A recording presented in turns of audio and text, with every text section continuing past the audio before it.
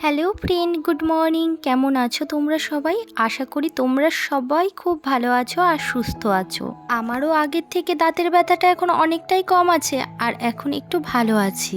এখন বাজে সকাল 7:30। এখনই ঘুম থেকে উঠলাম। ঘুম থেকে উঠে আগে একটু ফ্রেশ হয়ে নিলাম। আর আজকে ঘুম থেকে উঠেই বাথরুমে যেয়ে না আগে গাটা ধুয়ে নিয়েছি। এত গরম লাগছে তা আর বলার কথা না। আর প্রত্যেক বছর এই গরমের সময় না 2-3 বার করে স্নান করা হয়ে যায় জানো তো।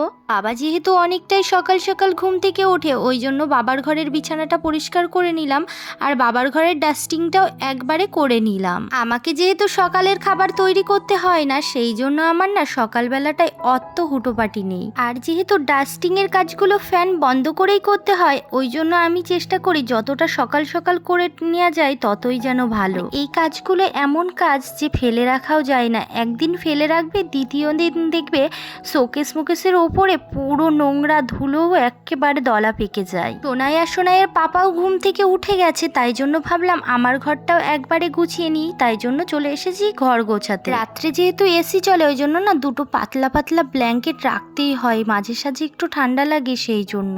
ঘরের মধ্যে দেখবে বিছানাটা পরিষ্কার করে নিলে অর্ধেকের বেশি ঘরটাই যেন মনে হয় একদম পরিষ্কার হয়ে যায়। আর এই বিছানাটা ফেলে রেখে যদি আমি অন্য কাজে যাই না, এই দিকের কথা আর খেয়ালই থাকবে না আর এটা এরকমভাবেই পড়ে থাকবে, আমার যেন একেবারে ভালোই লাগবে না। তোমাদেরকে তো এর আগের একটা ভিডিওতে বলেছি পাশের বাড়ির কাকিমাদের বাড়িতে মার্বেলের কাজ হচ্ছে আর এত ধুলো উঠছে তার বলার কথা না। ওয়ার্ড্রপগুলো পুরো সাদা হয়ে যাচ্ছে, ওই জন্য ডেলি হালকা হাতে একটু মুছতেই হচ্ছে।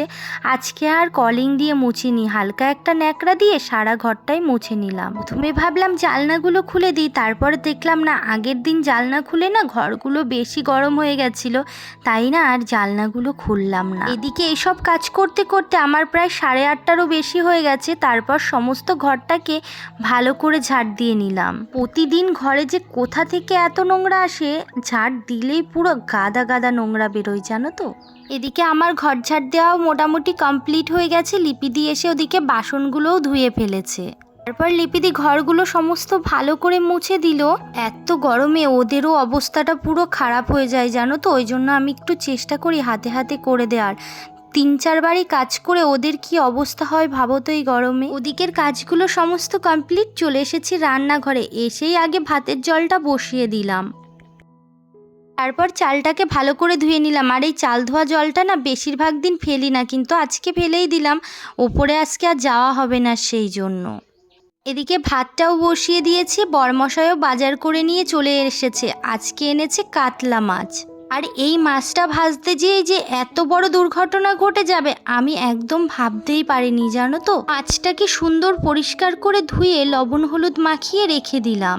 ভীষণ গরম পড়ছে, সেই জন্য বলেছি এই কদিন আমি রান্না একদম খুব কম করব, 1 বা 2 তরকারিই করব। আমাদের বাড়িতে 3-4 রকম তরকারি হয়, কিন্তু আমি বলে দিয়েছি এই গরমে আমার পক্ষে সম্ভব না। আর বাবাও বলেছে ঠিক আছে, তোমার যেটুকু সুবিধা হয় সেটুকুই করো। এদিকে মাছগুলোকেও ভাজতে দিয়ে দিয়েছি। তারপর ভাবলাম পটল আর আলুটা কেটে নিই, আজকে মাছের ঝোল হবে পটল আলু দিয়ে। পটল আলু দিয়ে এরকম তাজা মাছের ঝোল খেতে কিন্তু ভীষণই ভালো লাগে যাই বলো। সবজি কাটার ছুরিটাই না একদম ধার নেই, একটা সবজি কাটার ছুরি কিনতেই হবে, না হলে হবেই না জানো তো। পটলগুলোর আমি ছাল ছাড়াইনি, চাকুর পেছন দিয়ে একটু তুলে ছালগুলোকে নরম করে নিয়েছি। আমার যেন ছাল থাকলেই পটলগুলো খেতে ভালো লাগে। পটলগুলো সমস্ত কাটাকাটি কমপ্লিট। এই জায়গাটা একবারেই পরিষ্কার করে নেব, না হলে কি হবে বলো তো, এই জায়গাটা পড়েই থাকবে। এমনি দেখো আমি রান্না করতে গেলে রান্নাঘরটাকে এত ছিটিয়ে ফেলি, মনে হয় যেন রান্নাঘরে যুদ্ধ হচ্ছিল। মাছগুলো উল্টোতে যে এমনভাবে ফুটলো, আমার না জানা ছিল না যে কাতলা মাছও এত ফোটে জানো তো, পুরো হাতটা পুড়ে গেছে। ছোট্ট ছোট্ট করে তেলের ছিট পড়ে অন্তত 20 থেকে 22 জায়গায় পুড়ে গেছে জানো তো। একটু বার্নার লাগিয়ে রেখে দিয়েছিলাম, তারপরে জলাটা কমলো, ঠান্ডা জল বারবার করে দিয়ে একটু জলাটা কমেছে। তারপর ভাবলাম কাজগুলো করে ফেলি। মিক্সি মেশিনটা ভীষণ নোংরা হয়েছিল, তাই মিক্সি মেশিনটাকে ভালো করে মুছে রাখলাম আর বাসনপত্রগুলো সমস্ত গুছিয়ে রাখলাম। এদিকে আমার বর এসেছে, বলছে দাও আমি রান্না করে দিচ্ছি। আমি বললাম না আমার সমস্ত রান্না হয়ে গেছে। বলছে দাঁড়াও তাহলে তোমাকে একটা খুব ভালো জিনিস খাওয়াই। আমি বললাম খাওয়াও, এদিকে দেখো গ্লুকন্ডির সাথে মকটেলের কি মিশিয়ে কি সুন্দর একটা তৈরি করেছে, ভীষণ টেস্টি হয়েছিল খেতে। আর আমার সোনাই দেখো কি দুষ্টুমি করছে। ডাইনিং টেবিলের কভারটা অনেক দিন ধরেই একই রকম আছে, প্রায় 1-1.5 মাস হয়ে গেল পেতেছি, তাই ভাবলাম একটু পাল্টে দিই। মাঝে সাঝে ঘরের জিনিসগুলো পাল্টালে বেশ সুন্দর লাগে দেখতে, জানো তো। খয়েরিটা পাল্টে যে সাদা কভারটা পেতেছি না, ঘরটা ভীষণই সুন্দর লাগছে, খুবই ভালো লাগছে জানো তো। রান্না করতে করতে প্রচুর বাসন ফেলি জানো তো, তাই জন্য ভাবলাম 2-1টা ধুয়ে রাখি, তাও তো কটা কালকে কম হবে, সেই জন্য।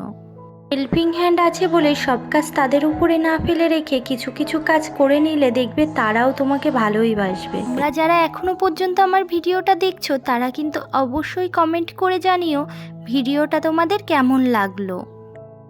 আর যদি ভিডিওটার কোনো অংশ তোমাদের একটুও ভালো লাগে তাহলে অবশ্যই চ্যানেলটিকে সাবস্ক্রাইব করে রেখো। আর যারা আগে থেকে চ্যানেলটিকে সাবস্ক্রাইব করে রেখেছো তাদেরকে অনেক অনেক ধন্যবাদ। সমস্ত কাজবাজ করে স্নান করে এসেছি, আর জানো তো হাতের ওই জায়গাটায় ভীষণই জ্বালা করছে, ভাবলাম একটু বার্নার লাগিয়ে রাখি। তোমরাই দেখো হাতটা পুড়ে কি হয়েছে, একদম পুরো হাতটাই পুড়ে গেছে। আমি সমস্ত মাছ না ঢাকনা দিয়েই ঢেকে রান্না করি, কিন্তু আজকে ভাবলাম কাতলা মাছ, সেই জন্য আর ঢাকা দিইনি, কিন্তু এত বড় বিপদটা হয়ে গেল জানো তো। তারপর চলে এসেছি পুজো করতে, আর এখন পুজো করতে ভীষণ গরম লাগে, কি অসহ্য গরম বলো তো। তারপর চলে এলাম রান্নাঘরে। আজকে রান্না করেছিলাম সজনের ডাঁটা, কাতলা মাছের ঝোল, আর করেছিলাম চাটনি। তাহলে আজকের মতো ভিডিওটা এতটাই, দেখা হচ্ছে আবার নতুন একটি ভিডিওতে।